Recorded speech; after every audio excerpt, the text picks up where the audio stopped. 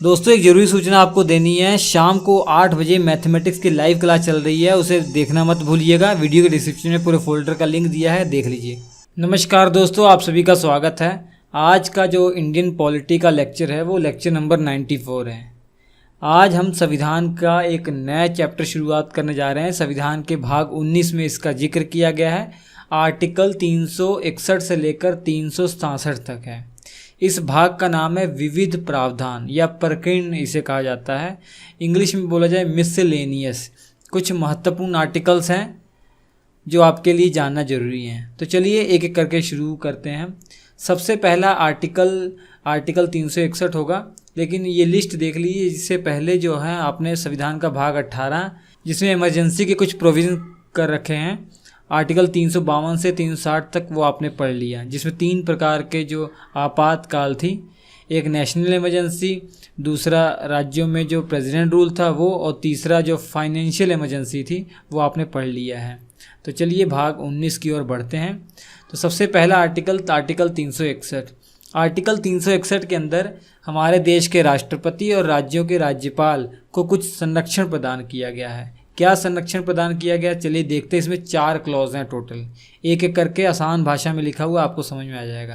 पहला है कि जो राष्ट्रपति हैं हमारे और राज्य के जो राज्यपाल हैं, वो जब तक अपने कार्यकाल के दौरान अपने पद पर बैठे रहेंगे और अपनी शक्तियों का इस्तेमाल करेंगे और अपने कर्तव्यों का जब पालन करेंगे, तो उस दौरान उनके द्वारा जो भी काम किए जाएंगे, उनके कार्यों के लिए उन्हें न्यायालय के प्रति उत्तरदायी नहीं होना पड़ेगा।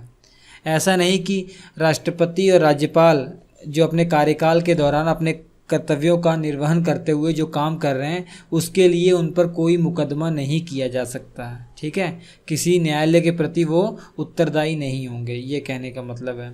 और दूसरी बात ये कही गई है कि जो राष्ट्रपति हैं और राज्य के जो राज्यपाल हैं, उनके विरुद्ध उनकी पदावधि के दौरान किसी न्यायालय में किसी भी प्रकार की दंडिक कार्यवाही नहीं चलाई जा सकती है। मतलब देखिए, 2 प्रकार के मामले होते हैं ना, एक फौजदारी अर्थात दंडिक मामले और दूसरे प्रकार का दीवानी मामले, या कहा जाए सिविल जो मामले होते हैं। दंडिक मामले मतलब किसी ने किसी को मार दिया है, खून कर दिया, कत्ल कर दिया है, तो ये सब दंडिक मामले आते हैं। जबकि किसी ने किसी से पैसों की हेरा फेरी की है, चेक बाउंस हो गया है, तो ये सब कौन से मामले आते हैं? सिविल मामले आते हैं। ठीक है, सिविल मामले बोला जाए तो दीवानी मामले होते हैं। तो दूसरा क्लॉज ये कहता है कि राष्ट्रपति और राज्यपाल के विरुद्ध उनके कार्यकाल के दौरान किसी भी कोर्ट के अंदर दंडिक कार्यवाही नहीं हो सकती या नहीं चालू रखी जा सकती है।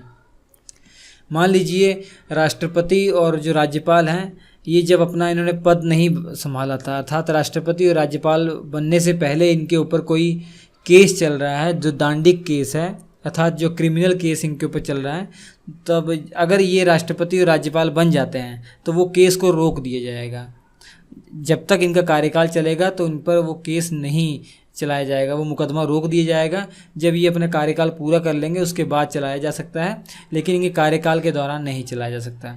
और मान लीजिए इन्होंने अपने पद पर जब बैठे हैं अपने पद पर, अर्थात जब राष्ट्रपति और राज्य के राज्यपाल हैं, उस दौरान इन्होंने कोई क्राइम कर दिया, तब भी इनके ऊपर क्रिमिनल कार्यवाही नहीं की जा सकती है। हालांकि ऐसा करते नहीं हैं। अगर कोई क्राइम करेंगे तो इनके ऊपर राष्ट्रपति पे महाभियोग चला के इनके हटा दिया जाएगा, पद से हटा दिया जाएगा, वो तो बात अलग है। एक मैं बात आपको बता रहा हूँ, ठीक है, लेकिन कोर्ट में इनके खिलाफ कोई दंडिक कार्यवाही नहीं हो सकती है। और तीसरी बात ये कही गई है कि राष्ट्रपति या किसी राज्य के जो राज्यपाल हैं, अपनी पदावधि के दौरान उनकी जो गिरफ्तारी या कारावास के लिए न्यायालय से कोई आदेशिका भी नहीं निकाली जा सकती है। अर्थात इनको जेल में बंद करने के लिए कोई कोर्ट आदेश जारी नहीं कर सकता है। ठीक है, याद रखिए, गिरफ्तारी वारंट जो है इनके खिलाफ नहीं लाया जा सकता है जब तक कि इनका कार्यकाल चल रहा है। लेकिन चौथा क्लॉज बहुत इंटरेस्टिंग है। राष्ट्रपति हो चाहे राज्यपाल, जब ये इनका कार्यकाल चल रहा है तो इनके ऊपर सिविल मामलों में एक शर्त पर कार्रवाई हो सकती है, वो भी सिविल मामलों में। याद रखिए, जैसे मान लीजिए पैसों से संबंधित जैसे कोई है, ज़मीन जायदाद से संबंधित है। मान लीजिए राष्ट्रपति और राज्यपाल ने किसी को चेक दिया था वो बाउंस हो गया है, तो इनके खिलाफ सिविल मामलों में कार्यवाही की जा सकती है। लेकिन जो शिकायत करता है उसका ये काम है कि 2 महीने पहले राज्यपाल और राष्ट्रपति को सूचना देनी पड़ेगी। 2 महीने पहले सूचना देनी पड़ेगी कि हाँ सर, आपके खिलाफ मैं इस कोर्ट में जो है केस करने जा रहा हूँ और मेरा नाम ये है, मेरा पता ये है, सब कुछ जानकारी देनी पड़ेगी। 2 महीने पहले राष्ट्रपति और राज्यपाल को जानकारी देनी पड़ेगी, उसके बाद ही ये कार्यवाही की जा सकती है। तो 4 क्लॉज हैं, ये याद रखिए। होप आपको समझ में आ गया होगा, बहुत ही आसान है। ठीक है, एक नोट लिख लीजिएगा, बहुत महत्वपूर्ण नोट है।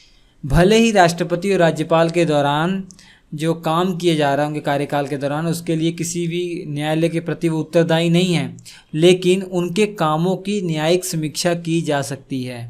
अर्थात उन्होंने जो काम किया है क्या वो संविधान के अंतर्गत ही किया है, संविधान के दायरे में ही रहकर किया है।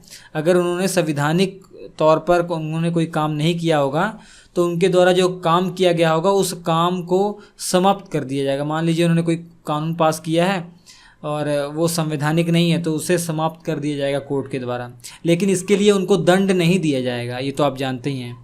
ठीक है, उनका काम जो है वो रिस्टोर कर लिया जाएगा, उनका जो काम उन्होंने किया होगा वो समाप्त कर दिया जाएगा, लेकिन इसके लिए इनको दंड का पात्र नहीं बनाया जाएगा। तो ये है आर्टिकल 361। इसके बाद आर्टिकल 361A बाद में जोड़ा गया 1978 में। 44वां संविधान संशोधन जब हुआ था, जब जनता पार्टी की सरकार आई थी, पहली बार देश में एक नॉन कांग्रेसी सरकार आई, तब ये हुआ था 44वां संविधान संशोधन। इसमें ये जोड़ा गया कि इसमें ये कहा गया संसद और राज्य विधानमंडल की जो कार्यवाहियाँ होती हैं उसको प्रकाशित किया जा सकता है, उसको प्रकाशित करने का अधिकार है। क्या लिखा था इसमें? इसमें ये लिखा हुआ है कि कोई भी व्यक्ति संसद के किसी भी सदन, लोकसभा या राज्यसभा, और इसके अलावा राज्य की जो विधानमंडल होती है जिसमें 2 सदन, विधानसभा विधान परिषद होती है, इन सदनों की कार्यवाहियों का प्रकाशन समाचार पत्रों के माध्यम से कर सकता है, न्यूज़ चैनल के माध्यम से कर सकता है, और भी कोई माध्यम हो जैसे रेडियो के माध्यम से भी कर सकता है, कोई दिक्कत वाली बात नहीं है, इसके लिए छूट दी गई है। लेकिन याद रखिए उसको तब तक छूट दी गई है जब तक वो उसका दुरुपयोग नहीं करता। अगर उसने उस प्रकाशन का दुरुपयोग किया तब वो दंड का पात्र हो जाएगा। तो ये सिंपल सी बात है, लिखी हुई है। ठीक है, लेकिन ये भी याद रखिए सदन की जो कार्रवाइयाँ हैं उनको प्रकाशित करने का अधिकार दे दिया, लेकिन जो गुप्त बैठकें होती हैं उनको नहीं प्रकाशित कर सकते हैं। उनको प्रकाशित किया जाएगा तो दंड दिया जा सकता है। उसके बाद आर्टिकल 362 जो है ये हटा दिया गया है संविधान में, जो 26वां संविधान संशोधन 1971 में हुआ था तब हटा दिया गया है। ठीक है, उसके अंतर्गत देसी जो राजा रजवाड़े थे उनको कुछ स्पेशल अधिकार दिए गए थे, वो हटा दिया गया संविधान में। तो आर्टिकल 363 ये है, इसमें ये कहा गया है कि ब्रिटिश शासन के दौरान जो देसी रियासतों के साथ अलग अलग प्रकार के संधि और समझौते हुए थे वो आज़ादी के बाद भी मान्य होंगे। ठीक है, मतलब ये कहा गया जब हमारा आज़ाद हुआ था तो कितनी सारे देसी रियासतें थीं, वो आसानी से तो हमारे देश में शामिल तो हो नहीं रही थी, तो इसलिए कई जो थी उन्होंने कुछ समझौते किए थे और कुछ संधि के बाद वो राजी हुए थे देश में हमारे देश से मिलना, जो है हमारे देश में शामिल होना, बहुत ही पापड़ बेलने पड़े थे, आप जानते ही हैं। तो वो जो संधि और समझौते थे वो आज़ादी के बाद भी मान्य होंगे, यही लिखा है आर्टिकल 363 में। अगर आज़ादी के बाद अर्थात जब हमारा संविधान लागू हो गया उसके बाद इन संधि और समझौतों के कारण कोई विवाद उत्पन्न होता है तब कौन समाधान करेगा? वो भी आर्टिकल 363 में ये कहा गया है कि संसद के द्वारा वो समाधान किया जाएगा, कोर्ट के द्वारा समाधान नहीं किया जाएगा, ये याद रखिएगा।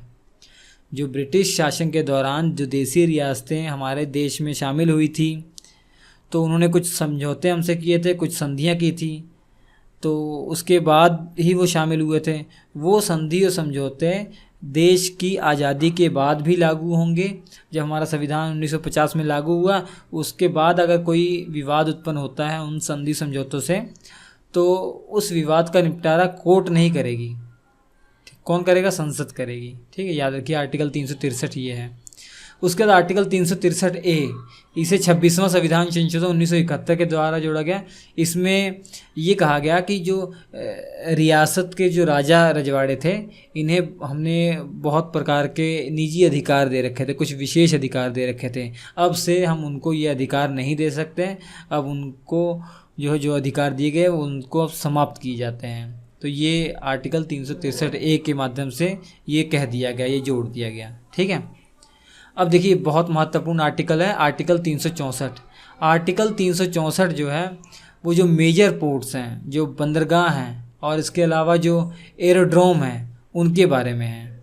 ठीक है, जो विमान क्षेत्र हैं उनके बारे में कुछ विशेष प्रावधान किए गए हैं। इसमें ये कहा गया है कि भारत के जो विमान क्षेत्र और महापतन जो बंदरगाह हैं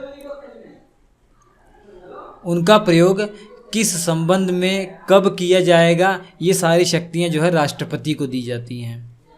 राष्ट्रपति आदेश के द्वारा ये भी निश्चित कर सकते हैं कि संसद और राज्य विधानमंडल का कोई कानून जो मेजर पोर्ट और एरोड्रोम के बारे में है वो कब कितना लागू होगा, ये राष्ट्रपति तय करेंगे। तो बेसिकली ये कहा गया है कि बंदरगाह और जो विमान क्षेत्र हैं इनका कब कैसे यूज़ करना है ये राष्ट्रपति के ऊपर अधिकार है। अगर इनसे संबंधित संसद और विधानमंडल ने कोई कानून बनाया है तो वो भी कानून कब कितना लागू होगा ये राष्ट्रपति ही तय करेंगे। जैसे अभी अंबाला एयरबेस पे जो राफेल उतारे गए थे, तो ये सब राष्ट्रपति के पास अधिकार है कि उन्होंने अपनी पावर का इस्तेमाल करते हुए वहाँ पे राफेल उतरवा दिया था। ठीक है, तो कब किस प्रकार से यूज़ किया जाएगा एरोड्रोम और मेजर पोर्ट्स का, ये राष्ट्रपति के ऊपर है। ये आर्टिकल 364 में कहा गया है, सिंपल सी बात है। इसके अलावा आर्टिकल 365 आप ऑलरेडी पिछले लेक्चर में पढ़ चुके हैं।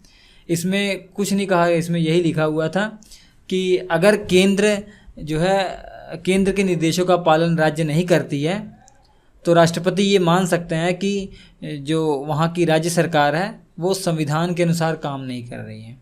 तो अगर राष्ट्रपति को ये मालूम पड़ गया कि कोई भी राज्य सरकार संविधान के अनुसार काम नहीं कर रही है तो राष्ट्रपति क्या करते हैं, आर्टिकल 356, फिर से बता रहा हूँ, आर्टिकल 356 के तहत वो राष्ट्रपति शासन लागू कर सकते हैं। ठीक है, बस आर्टिकल 365 में यही कहा गया है कि अगर केंद्र के निर्देशों का पालन राज्य नहीं करती है तो राष्ट्रपति ये समझ लें कि वहाँ की जो सरकार है, राज्य सरकार, वो संवैधानिक रूप से काम नहीं कर रही है। उसके बाद क्या करना है वो राष्ट्रपति जाने। और राष्ट्रपति क्या करते हैं, राष्ट्रपति आर्टिकल 356 के तहत राष्ट्रपति शासन लागू करते हैं। ठीक, तो आर्टिकल 366 और 367, आर्टिकल 366 में परिभाषाएं बताई गई हैं, बहुत सारी परिभाषाएं बताई गई, जैसे भाग की परिभाषा क्या होती है, अनुसूची की परिभाषा क्या है, अनुच्छेद की परिभाषा क्या है।